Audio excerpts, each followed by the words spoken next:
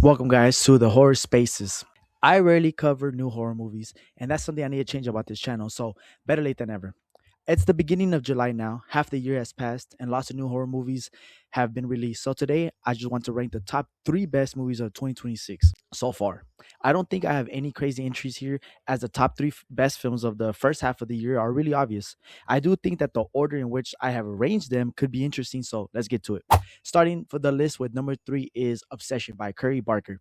I think a reason I don't like talking about new movies is that I love to watch YouTube videos that review new movies. And by a week's time, everything I want to say or feel has already been said, especially about this movie as it's super, super famous and is super big right now, making stupid amounts of money off such a little budget.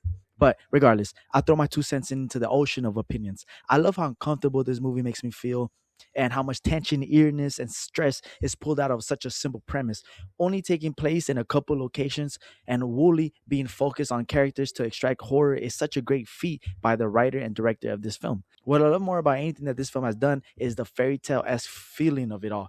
I think the OST has a lot to do with this. Also, I can't forget that this movie probably has the best acting of the year by Indy Neverett. She freaking kills it. Why this movie isn't higher on this list is mainly due to when I put this movie side by side with the other movies on my list.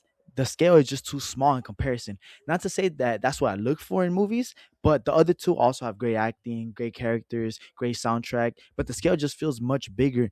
And just plain and simply, I like them more.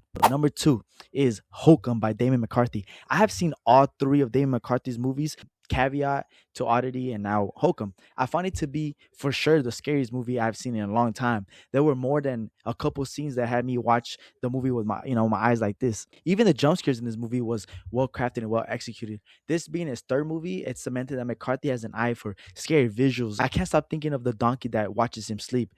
Truly, truly spooky. McCarthy also is a great writer that knows how to do characters arcs very well. Adam Scott plays a asshole that at first you hate, or at the very least think of him as a bad person, only for you to understand and care about him within like a 30-minute time span.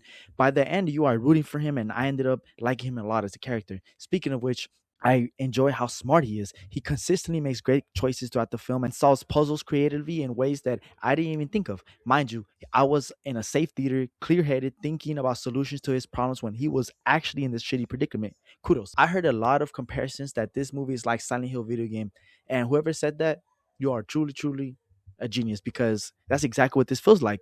It's like a love letter to the horror PS2 video games of the time. And I know it's gonna make the rewatch way better. The last thing I want to mention is I love how McCarthy always has a villain that you just want to watch die horribly because of how shitty they are. And this movie doesn't disappoint in that regard. Now, moving to my number one movie of the first half of the year is 28 Years Later, The Bone Temple.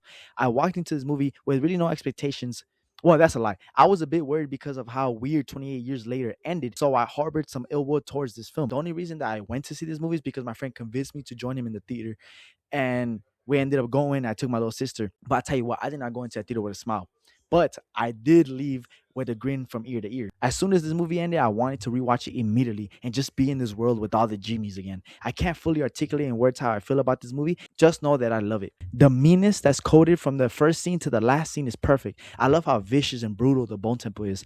My favorite character of the year is Sir Jimmy Crystal, or JC. And my favorite scene of the year is hands down the musical performance by Dr. Kelson. I was so caught off guard from the scene, and predictable is not a word I would use to describe this movie. From Kelson trying to condition Samson to be a human again, to JC trying to dehumanize Spike and, well, everyone around him, then to their amazing meeting that at the end is such a metal and poetic way to end the film that makes me want to immediately see the next installment. We better get a part three, and Nia DaCosta needs to direct it. She is so talented, and her vision for the universe is so perfect. Lastly, hearing the 28 Days Later theme song played loudly for the first time in a theater setting was so cool. I've only heard it on my TV. Anyways, that's my list for the best horror movies of the first half of 2026. Yeah, I wonder what you guys think. Peace out.